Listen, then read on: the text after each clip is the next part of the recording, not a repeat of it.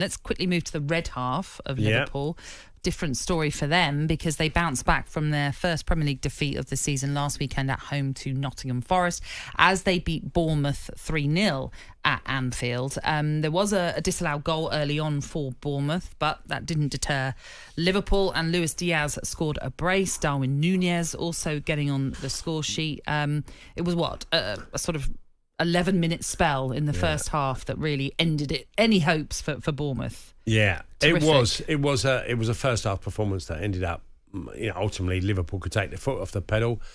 I was alarmed in the summer, and we had a chat about this at the time when there was rumours of Diaz maybe leaving the football club.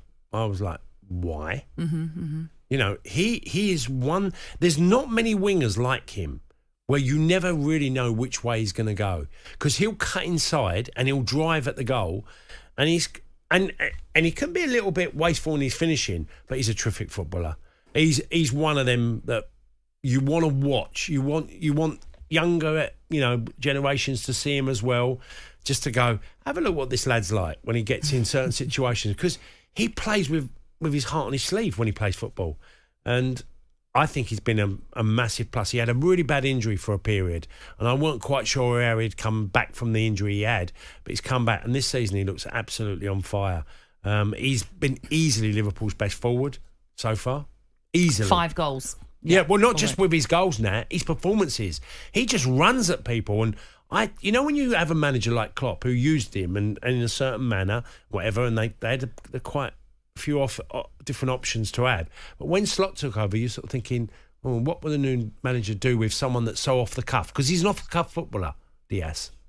As I mentioned, though, 5 goals this season. It took him until November last season to get to 5. Yeah. Is there a difference in how we're seeing him being utilised by Arne Slot? Is that the factor, the Slot factor? Well, having the backing of a manager and selecting him straight in the lineup helps.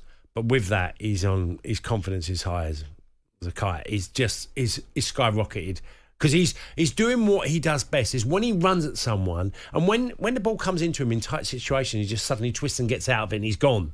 He does moments that you come on, you'll say to someone next to you, did you see what he just did? He just eliminated 2 players in literally one. I've seen Neto at Wolves do that. He could do that sort of movement where he just wriggles out of it. I'm seeing, Doco can do that at Man City. There's a number of wingers that can do it. But Diaz is a very special talent that if he's confident as well, I think the game's quite easy for him. He's just got that amazing ability, technically. Yeah, and what was it? His first 2 goals, one was right, one was left. That versatility, quite frustrating, isn't it, when someone can be that potent with both feet?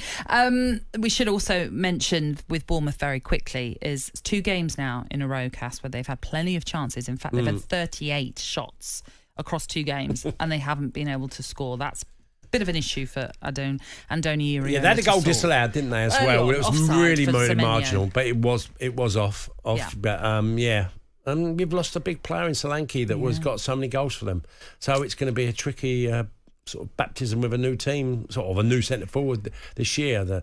They've gone out and bought and spent a lot of money in, and they need him to deliver quite quickly, don't they? Evan Nilsson, indeed, who missed that penalty that against Chelsea last weekend. talkSPORT Breakfast, waking you up Monday to Friday morning from 6 a.m.